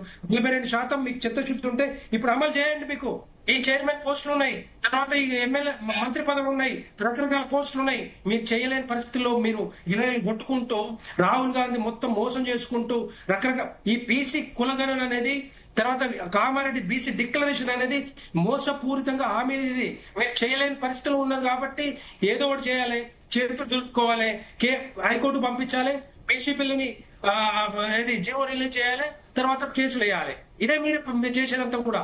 మీరు ఆపేదే, ఈ కేసులు వేసేది మీరే, ఆపేది మీరే. తర్వాత తెలంగాణ ప్రజలకి రేపొద్దున చేతులు దులుపుకున్నాం, హైకోర్టు ఇట్లా చెప్పింది, మేమేం చేయలేని పరిస్థితులు ఉన్నాం, పాత రిజర్వేషన్ ప్రకారం వెళ్లాల్సి వస్తుందని చెప్పడానికి మీరంతా చేసేది. డెఫినెట్ గా కాంగ్రెస్ పార్టీకి చిత్తశుద్ధి లేదు, కాంగ్రెస్ పార్టీ అర్హత కూడా లేదు. బీసీలను మోసం చేసిన పరిస్థితి సంవత్సరాల కొద్దిగా చూసినాం. ఓన్లీ భారతీయ జనతా పార్టీ తోటి అది సాధ్యమవుతుంది. భారతీయ జనతా పార్టీ తోటి ఉన్నారు. మిమ్మల్ని మీరు హామీలను ఎగ్గొట్టి తుంగుల దుక్కి ఊర్లలో పోలేని పరిస్థితి ఉన్నది. మీరు ఎలక్షన్లో పోతే మీ ఎంటబడి కొడతారు భారతీయ జనతా పార్టీ. వెంకటరెడ్డి గారు ఓకే ప్లీజ్. ఎలక్షన్లలో భారతీయ జనతా పార్టీ మెజారిటీ సీట్లు గెలుస్తా వెంకటరెడ్డి గారు. లింగం యాదవ్ గారు ఒక్క 2 నెలలు ఆగితే లింగం యాదవ్ గారు మొత్తం అన్ని విషయాల మీద కూడా ఒక క్లారిటీ వచ్చేది. కానీ ఎందుకు 2 నెలలు ఆగలేకపోయారంటే, ఇందాక కవిత క్వశ్చన్ చేస్తున్నారు కాంగ్రెస్ పార్టీని. 2 నెలలు ఆగి ఎలక్షన్స్ వెళ్తే ఏమయ్యేది? ఆగాల్సింది కదా, మొత్తం అంతా క్లారిటీ వచ్చేది. ఇక్కడే అసలు కాంగ్రెస్ పార్టీ చిత్తశుద్ధి ఏంటో తెలిసిపోతుంది బీసీల విషయంలో అంటున్నారు. చేయండి. వాళ్ళ ఆల్రెడీ బిల్లులు గవర్నర్ దగ్గర పెండింగ్ లో ఉన్నాయి. ఇవాళ గవర్నర్ రాష్ట్రపతి దగ్గర పెండింగ్ లో పెట్టారు. ఇవాళ గతంలోనే హైకోర్టు మనకు చాలా స్పష్టంగా ఆదేశాలు ఇవ్వడం జరిగింది. దానికి అనుగుణంగానే రాష్ట్ర ప్రభుత్వానికి ఉన్నటువంటి అధికారం వినియోగించుకొని బీసీలకు రిజర్వేషన్ ఇవ్వడం జరిగింది. ఇవాళ మీకు చేతనైతే కేంద్ర ప్రభుత్వంతో కొట్లాడండి, నరేంద్ర మోడీతో కొట్లాడండి. ఇక్కడ ఉన్నారు కదా,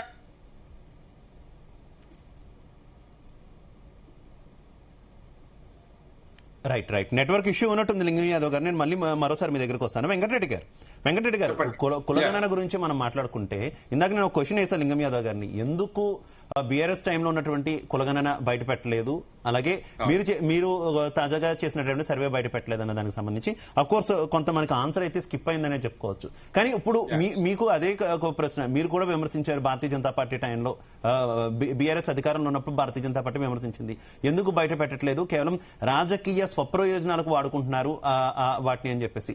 మీరు చేస్తా ఉంటున్నారు జాతీయ స్థాయిలో కులగన్న, అదైనా బహిర్గత పరుస్తారా, లేదంటే అది కూడా ఒక ఆంతరంగికంగా ఉండిపోయేటటువంటి అవకాశం ఉందా? బహిర్గతం చేస్తే ఎవరికి ఎంత రిజర్వేషన్ ఉన్నాయని తెలుస్తాయి కదా. బహిర్గతం చేయకపోవడం వల్లే కదా మమ్మల్ని తగ్గించారు, మమ్మల్ని పెంచారు అనేటటువంటి విమర్శలు వస్తున్నటువంటి పరిస్థితి. Definitely, whatever we are going to do, it's going to be a scientific survey. Let it be whatever it is. So population census తో పాటు కాస్ట్ సెన్సస్ వచ్చింది అనుకోండి, ఆల్రెడీ నోటిఫికేషన్ కూడా రిలీజ్ అయింది, ప్రధానమంత్రి నరేంద్ర మోడీ గారు అనౌన్స్ కూడా చేశారు.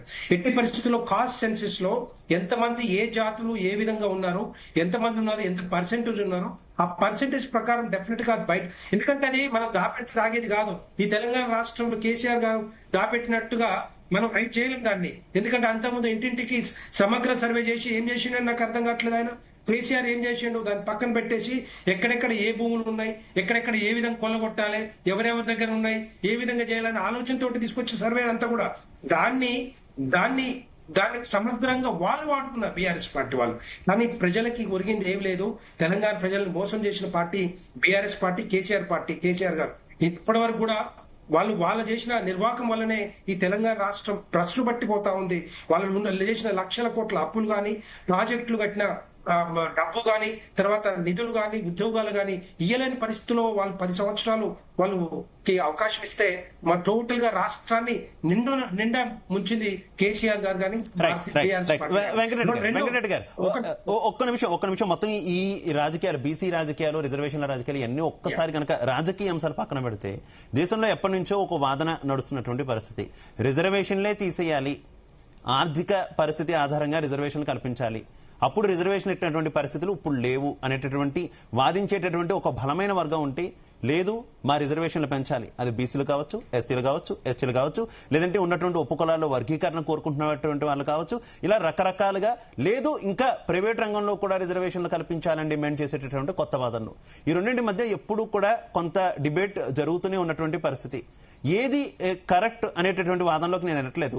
కాకపోతే మీరు ఏదైతే కులగణన చేస్తానంటున్నారో దాంట్లో ఆర్థిక పరమైనటువంటి స్థితిగతులు కూడా తెలుసుకునే అవకాశం ఉందా లేదా? ఎందుకంటే ఏ కులం యొక్క స్థితిగతులు ఏ రకంగా ఉన్నాయనేటటువంటి తెలుసుకునే ప్రయత్నం చేస్తారా? దానికి ఏమైనా క్రైటీరియా నిర్వహిస్తారా? ఏ రకంగా ఉండేటటువంటి అవకాశం ఉంది? ఉండాలి కూడా. ఎందుకంటే ఎందుకు చెప్తున్నా అంటే, ఫర్ ఎగ్జాంపుల్ ఇప్పుడు అన్ని కులాలలో ఇప్పుడు ఆర్థికంగా బలపడిన వాళ్ళు ఉన్నారు, బలహీనులు ఉన్నారు, ఆర్థికంగా అనగారిన వర్గాలు ఉన్నారు. ఇప్పుడు బీసీలు కానీ, ఎస్సీలు కానీ, ఎస్టీలు కానీ, ఐఏఎస్ ఆఫీసర్స్ ఉన్నారు, పెద్ద జాబులు చేసే వాళ్ళు ఉన్నారు, బిజినెస్ చేసుకుంటూ ఉన్నారు. ఇప్పుడు కూడా రిజర్వేషన్ నడుస్తా ఉంది. తర్వాత మిగతా కులాల్లో కూడా అదే జరుగుతా ఉంది. ఆర్థికంగా 1993 వరకు ఎస్సీలకి ఎస్టీల వరకు మాత్రమే రిజర్వేషన్ ఉండేది. అంతకుముందు ఉన్న వాళ్ళంతా కూడా రకరకాల కాపులు కానీ, మున్నూరు కాపులు కానీ, రెడ్లు కానీ, వీళ్ళంతా కూడా పెద్దగా ఎక్కడ కూడా రిజర్వేషన్ లేవు. తర్వాత వచ్చిన రిజర్వేషన్లే బీసీ రిజర్వేషన్లు. తర్వాత బీసీ రిజర్వేషన్ లో కూడా ఇప్పుడు చూడండి, దాంట్లో కూడా ఎంతో మంది 123 కులాలు ఉన్నాయి. దాంట్లో 93 కులాలు సంచార జాతులు, కమ్మరి కానీ, కుమ్మరి కానీ, వడ్రంగి వాళ్ళు, ఇది రంగీరుదుల్లో రకరకాలు ఉన్నారు. కానీ వాళ్ళు కూడా ఎక్కడ కూడా మరి ఇట్లాంటి రాజ్యాంగ పదవులు ఎక్కడ కూడా అనుభవించలేదు. కొన్ని కులాలు మాత్రం, బీసీలకు ఒక 4 కులాలు మాత్రమే అనుభవిస్తా ఉన్నాయి. మరి వాళ్ళకి ఎప్పుడు ఇస్తారు, ఏ విధంగా ఇస్తారు, అది కాంగ్రెస్ ప్రభుత్వం చెప్పాలి. 42%. మూడోది ఏంటంటే ఆర్థిక పరంగా, ఇంతకుముందు మీరు ఒక్క మాట అడిగారు, ఈడబ్ల్యూఎస్ ఆ 50% రిజర్వేషన్ కాకుండా మిగతా 50% ఏదైతే ఉందో ఆ 50% లో 10% ఈడబ్ల్యూఎస్ అంటే దాంట్లో ఎవరైతే ఓసీలో ఉన్నారో, ఆర్థికంగా చిక్కుకొని ఆర్థికంగా ఎవరైతే లేరో వాళ్ళకి ఇస్తున్న రిజర్వేషన్ 10% ఎకనామికల్లీ బ్యాక్వర్డ్ క్లాసెస్.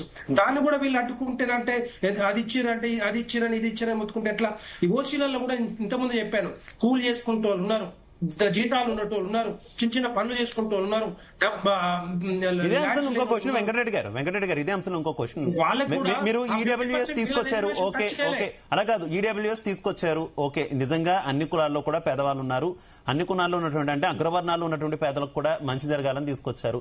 ఎంత శాతం ఇచ్చారు? 10% ఇవ్వడం గురించి అయితే నేను రైజ్ చేయట్లేదు, అది కరెక్టా రాంగా, వారి ఉన్నటువంటి సంఖ్యకి సంబంధించి ఇచ్చారా లేదా అన్న దాంట్లో డిబేట్కి వెళ్ళట్లేదు.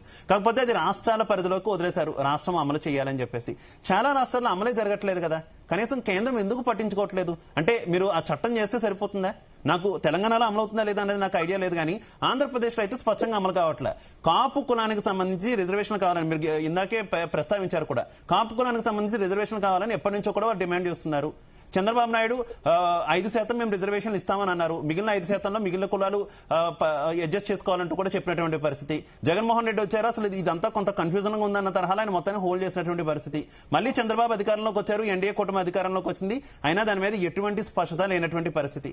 ఏంటి కేంద్రం పర్యవేక్షణ ఉండదా? మీరు ఈడబ్ల్యూఎస్ తీసుకొస్తే సరిపోతుందా?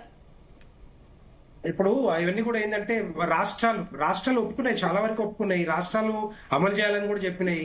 సో కొన్ని రాష్ట్రాల్లో కొన్ని ఫర్ ఎగ్జాంపుల్ ఇక్కడ తెలంగాణ ప్రభుత్వం కానీ కాంగ్రెస్ ప్రభుత్వం కానీ మిగతా రాష్ట్రాల్లో మరి వాళ్ళ అధికారానికి వదిలేశారు, రాష్ట్రాల అధికారులకు వదిలేశారు. అది అమలు చేయాల్సిన బాధ్యత కూడా వాళ్ళు తీసుకోవాలి. ఎందుకంటే ఇప్పుడు రిజర్వేషన్లు ఏదైతే 50% క్యాప్ ఉందో దాన్ని టచ్ చేయట్లే. ఇక్కడ ఆ మిగతా 50% లో ఉన్న 10%నే వాళ్ళు తీసుకొని ఇక్కడ ఆర్థికంగా చిక్కుకున్నారో, ఆర్థికంగా నిలబడలేకపోతున్నారో, ఆర్థికంగా చదువుకోవడం కష్టం అవుతా ఉందో వాళ్ళకి ఇస్తా ఉన్నది తప్పితే ఎక్కడ కూడా ధనికులకు కానీ లేకపోతే లక్షల కోట్లు కానీ 1000 కోట్ల రూపాయలు లేకపోతే లక్షల రూపాయలు సంపాదించిన వాళ్ళకి ఎక్కడ ఇవ్వట్లే. 2 లక్షల రూపాయలు ఉన్న వాళ్ళకి అది ఈడబ్ల్యూఎస్ వర్తిస్తుంది తప్పితే ఎక్కడ వర్తించదు అది. సో అట్లా నేను ఏమంటున్నా అంటే అన్ని కులాలు కూడా వాడుకోవచ్చు, ఈవెన్ ముస్లింలు కూడా వాడుకుంటున్నారు దీంట్లో. ఈడబ్ల్యూఎస్ 10% ముస్లింలు కూడా వాడుకుంటున్నారు, వాళ్ళకు కూడా అవకాశాలు ఉన్నాయి, అందరికీ అవకాశాలు ఉన్నాయి, కానీ ఓన్లీ ఓసీలకే కాదు. సో అదంతా కూడా ఏంటంటే తప్పుడు ఆలోచనతోటి తప్పుడు రిపోర్ట్లతోటి ఏదో బుద్ధ చెల్లడానికి ప్రయత్నం చేస్తా ఉన్నది తప్పితే అది కరెక్ట్ కాదు అని చెప్తాను. అది ఈవెన్ ఆంధ్రప్రదేశ్ లో కూడా అమలు చేయాల్సిన బాధ్యత తీసుకోవాలి. ఎవరికైతే మీరు కూడా ఆంధ్రప్రదేశ్ ప్రభుత్వంలో భాగం చొరవ తీసుకోవాలి కదా, ఎప్పటి నుంచో ఉన్నటువంటి డిమాండ్ కాపులకు సంబంధించి. అంటే కాపులు ఒక్కరికి 5% ఇవ్వాలి 10% ఇవ్వాలని కాదు, వారి డిమాండ్ కూడా కొంత ఫుల్ఫిల్ అవుతుంది కదా, మిగిలిన కులాలు అగ్రవర్ణాలన్నీ కలిపి రిజర్వేషన్ కల్పిస్తే. అనుకుంటున్నా అక్కడ ఆంధ్రప్రదేశ్ లో కూడా అమలు అవుతుంది అనుకుంటా. లేదండి, నాకున్న ఇన్ఫో ప్రకారం అయితే అమలు కావట్లేదు. గతంలో చంద్రబాబు నాయుడు ప్రభుత్వం ఉన్నప్పుడు 5% కల్పిస్తామన్నారు, కేవలం ఒక్క కులానికి 5% కల్పించడం కరెక్ట్ కాదు అంటూ జగన్మోహన్ రెడ్డి గారు హోల్డ్ చేశారు. మళ్ళీ ఎన్డీఏ గవర్నమెంట్ వచ్చిన తర్వాత అది ఇంకా హోల్డ్ లోనే ఉన్న సిచ్యువేషన్. కేంద్ర ప్రభుత్వం తీసుకొచ్చిన ఏదైనా కూడా డెఫినెట్ గా చేయాల్సిన బాధ్యత రాష్ట్రాల మీద ఉంటుంది, రాష్ట్రాల పరిధిలో ఉంటుంది. కాబట్టి రాష్ట్రాలు చేయకపోతే రేపొద్దున ఆ రాష్ట్రాలు ఉన్న ప్రజలు మరి వాడుకోలేని పరిస్థితి కనపడే ఉంటుంది. కాబట్టి డెఫినెట్ గా ఆంధ్రప్రదేశ్ ప్రభుత్వం కూడా నేను అనుకుంటున్నా వాళ్ళు కూడా అమలు చేస్తున్నారని నేను అనుకుంటున్నాను. లింగం యాదవ్ గారు కోర్టు పరిధిలో అయితే ఉంది, ఒక పక్క ఎన్నికల ప్రక్రియ కంటిన్యూ అవుతుంది, మరో పక్క కోర్టు పరిధిలో ఉంది. ఒకవేళ కనుక కోర్టు హోల్డ్ చేస్తే ఏ రకంగా ప్రభుత్వం ముందుకెళ్లబోతుంది, లేదంటే హోల్డ్ చేయకుండా గనక ముందుకెళ్తే పూర్తి స్థాయిలో ఎలాంటి ఇబ్బందులు లేకుండా ఈ రిజర్వేషన్ అమలు అవుతూ ఎన్నికలు ఏ రకంగా నిర్వహించేటటువంటి ప్రయత్నం కాంగ్రెస్ పార్టీ చేస్తున్నటువంటి, కాంగ్రెస్ ప్రభుత్వం చేస్తున్నటువంటి పరిస్థితి?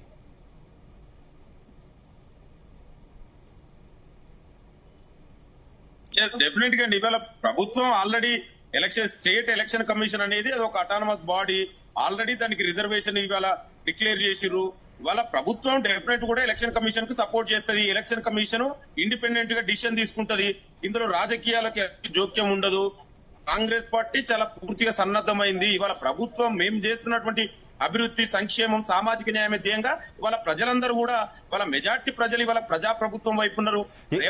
ఇక్కడ తెలంగాణలో కాంగ్రెస్ పార్టీ అధికారంలో ఉంది కాబట్టి ఎలక్షన్ కమిషన్ అటానమస్ బాడీ, వారి పని వారే చేస్తారంటున్నారు. కానీ కేంద్రంలో మాత్రం ఎలక్షన్ కమిషన్ మీదే నిందలేస్తున్నారు మీరు. జస్ట్ ఎగ్జాంపుల్ గా చెప్తున్నాను, ఇక్కడ అటానమస్ బాడీ అంటున్నారు, అక్కడ కూడా అటానమస్ బాడీయే కదా సిఈసి. ఇవాళ వాళ్ళు పని చేయనియట్లేదు కదా, ఇవాళ 11 ఏళ్లుగా వాళ్ళు పని చేయనియట్లేదు. మేము ఇండిపెండెంట్ గా పని చేపిస్తూ మేము ఎక్కడ కూడా రాజకీయ జోక్యం చేసుకుంటలేదు. మీరు చూడండి, ఇవాళ నిన్న స్వయంగా కాంగ్రెస్ పార్టీ మంత్రుల కాన్స్టిట్యున్సీలలో కూడా ఇవాళ కొన్ని అనుకున్న వ్యక్తుల రిజర్వేషన్ రాలేదని కొన్ని కంప్లైంట్లు వస్తున్నాయి. అయినా కూడా మేము ఎక్కడ కూడా జోక్యం చేసుకోదని ముఖ్యమంత్రి రేవంత్ రెడ్డి గారు చాలా స్పష్టంగా చెప్పారు. మీరు కూడా చూశారు. ఎక్కడ కూడా మనం జోక్యం చేసుకోవద్దు, అది autonomous institution, state election commission ఏ నిర్ణయం తీసుకున్నా దాని ప్రకారం ఉంటుంది తప్ప ఎక్కడ కూడా మనం ఇన్వాల్వ్ కావద్దు అనేది మాకు రాజ్యాంగం మీద, వ్యవస్థల మీద, ప్రజాస్వామ్యం మీద నమ్మకం ఉన్నటువంటి పార్టీ ప్రభుత్వం. వాళ్ళు అట్లా చేయట్లేదు కాబట్టినే కదా ఈ సమస్య. 11 ఏళ్లుగా ఈడీ, సిపిఐ, ఐటీని, ఎలక్షన్ కమిషన్, జ్యుడిషియరీని ఎట్లా మేనేజ్ చేస్తున్నారో మనం అందరం చూస్తున్నాం. ఇవాళ ఓటు చేరు లాంటి వ్యవస్థని ఇవాళ నేను ఆ విషయానికి ఓదాల్చుకోవాలి. ఇక్కడ సమస్య ఏంటంటే వాళ్ళ బీసీలకు వచ్చినటువంటి అవకాశాన్ని దీన్ని ఇవన్నిటి కూడా సాకుగా చూపించి బీసీల రిజర్వేషన్ అడ్డుకోవడం కోసమే ఇవాళ బీజేపీ, బీఆర్ఎస్ ఇవాళ ఫామ్ హౌస్ నుంచి, నరేంద్ర మోడీ నుంచి, అదేవిధంగా కిషన్ రెడ్డి ఇంటి నుంచి కుట్రలు జరుగుతున్నాయి. ఇవాళ కిషన్ రెడ్డి, కేసీఆర్ ఇద్దరు కూడబలుపుకొని బీసీల రిజర్వేషన్ అడ్డుకోవడం కోసమే ఇవాళ కుట్రలు చేస్తున్నారు. దయచేసి మీరు అడ్డుకోకండి. మీరు చేయకపోయినా పర్వాలేదు. ఇవాళ ప్రజాప్రభుత్వం చేస్తున్నటువంటి నిర్ణయాన్ని మీరు స్వాగతించండి. ఒక మంచి మనసుతో, ఒక పాజిటివ్ దృక్పథంతో ఇవాళ మీరు ముందుకెళ్తుంది ప్రభుత్వం. మీకు చేతనైతే ఈ ప్రభుత్వానికి సలహాలు, సూచనలు ఇవ్వండి. ముఖ్యమంత్రి గారికి ఇవాళ తీసుకోవడానికి చాలా సిద్ధంగా ఉండు. దయచేసి ఇవాళ మీరు మాట్లాడేది ఏంటండి? ఎంతసేపు ఇది అడ్డుకుంటాం, ఇది నిలబడదు, అసలు ఈ అపశకునాలు ఎందుకండి? సరే, లింగం యాదవ్ గారు చివరిగా కంక్లూడ్ పాయింట్ లో లింగం యాదవ్ గారు కంక్లూడ్ పాయింట్ లో తెలంగాణలో భవిష్యత్తులో కాంగ్రెస్ పార్టీ కనుక అధికారంలోకి వస్తే బీసీ ముఖ్యమంత్రి అయ్యే అవకాశం ఉందా? అలాగే కేంద్రంలో కాంగ్రెస్ పార్టీ అధికారంలోకి వస్తే బీసీ ప్రధానమంత్రి అయ్యే అవకాశం ఉందా? అంటే ఏం చెప్తారు? డెఫినెట్ గా ఇవాళ సామాజిక న్యాయానికి care of address Congress party. Definite కూడా రాబోయే రోజులలో డెఫినెట్ కూడా ఇవాళ ముఖ్యమంత్రి గారు రేవంత్ రెడ్డి గారి ఆధ్వర్యంలో ప్రభుత్వం చాలా అవుతానంటారా? బీసీ ప్రధానమంత్రి కూడా అవుతానంటారా? కాంగ్రెస్ పార్టీ నుంచి బీసీ ప్రధానమంత్రి కూడా అవుతానంటారా? గాంధీ ఫ్యామిలీని పక్కన పెట్టి ఇవాళ కాంగ్రెస్ పార్టీ మీరు చరిత్ర చూసుకోండి. మన్మోహన్ సింగ్ లాంటి వ్యక్తులని, పివి నరసింహారావు లాంటి వ్యక్తులు కూడా ఈ దేశానికి ప్రధానిలు అందించినటువంటి కాంగ్రెస్ పార్టీ. ఇవాళ మీరు కావలసుకొని మీరు చెయ్యకపోయి ఇవాళ మీరు అధికారంలో ఉన్నారు. మీరు ఏం చేస్తున్నారు బీసీలకు చెప్పండి. ఇవాళ నరేంద్ర మోడీ ఏం చేస్తుండు బీసీలకు? ఇవాళ ఇంత ముందుకు బీజేపీ నాయకుడు మాట్లాడుతూ కనీస అవగాహన లేకుండా మాట్లాడుతుండు. Social justice ministry is different from the OBC ministry. For your kind information మీరు తెలుసుకోండి. అసలు ఓబీసీ మినిస్ట్రీ అనేది కేంద్రంలో లేదు. కావాలంటే సందీప్ గారు మీరు చెక్ చేసుకోండి. ఏది పడుతుంది మాట్లాడకండి. మీరు ఏం చేసిరు, మీరు ఏం చేయలేదు. ఇవాళ ప్రజలందరినీ గమనిస్తున్నారు, మేము వేస్తున్నాము. ఇవాళ ప్రజలు మా వైపు ఉన్నారు. మీరు అడ్డుకోకండి.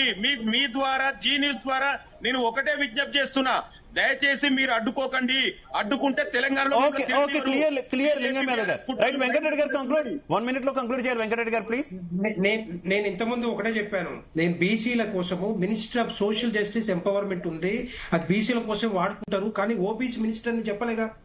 ఓబీసీ మినిస్టర్ ఉందని చెప్పలే నేను. అది దానికోసమే ఉంది అని చెప్పాను. సోషల్ జస్టిస్ కోసం, ఎంపవర్మెంట్ కోసము తీసుకొచ్చిన మినిస్ట్రీ ఉంది అని చెప్పాను. రెండవది ఓబీసీ కమిషన్ ఉందా లేదా? వీళ్ళ కాంగ్రెస్ పార్టీ ప్రభుత్వంలో ఓబీసీ కమిషన్ తీసుకురాలే వీళ్ళు. ఓబీసీ కమిషన్ ఇప్పుడు ఉంది, ఇక్కడ కేంద్ర ప్రభుత్వంలో ఉంది. కానీ మీరు అట్లాంటి చాతగాడు పనులు కూడా అది కూడా లేదు. మీకు తెలియకపోతే ఎట్లా నాకు అర్థం కాదు. అది OBC commission thank you so much Venkatareddy garu. Thank you so much లింగం యాదవ్ గారు. ఇద్దరికి కూడా ధన్యవాదాలు డిబేట్ లో పాల్పంచుకున్నందుకు. ఓవరాల్ గా చూసుకుంటే తెలంగాణలో అయితే స్థానిక సంస్థల ఎన్నికల హడావుడైతే మొదలైందనే చెప్పుకోవచ్చు. కాకపోతే కొంత సందేహం అనేది వ్యక్తం చేస్తున్నటువంటి పరిస్థితి. ఇంకా కోర్టు పరిధిలో ఉంది. కోర్టు ఏ రకమైనటువంటి డెసిషన్ తీసుకుంటుంది. ఈలోగానే ఎన్నికల ప్రచారానికి ముందుకెళ్లి ఖర్చు పెడితే ఏమైనా ఇబ్బందులు పాలవుతామా అని కొంతమంది అభ్యర్థులు అయితే ఆలోచిస్తున్నటువంటి పరిస్థితి. కానీ కాంగ్రెస్ పార్టీ మాత్రం ఖచ్చితంగా కూడా ఎన్నికలు జరిగి తీరుతాయి. స్థానిక సంస్థల ఎన్నికల నిర్వహణ ద్వారా పంచాయతీల నుంచి ఇటు జిల్లా పరిషత్తుల వరకు అన్ని కూడా అభివృద్ధి చెందుతాయి అంటూ కూడా చెప్తున్నటువంటి పరిస్థితి. బీసీల విషయంలో మాత్రం ప్రతి రాజకీయ పార్టీ తమ మద్దతు ఉంది అని చెబుతూనే వెనక నుంచి ఎవరి రాజకీయం మాత్రం వారు చేస్తున్నటువంటి పరిస్థితి.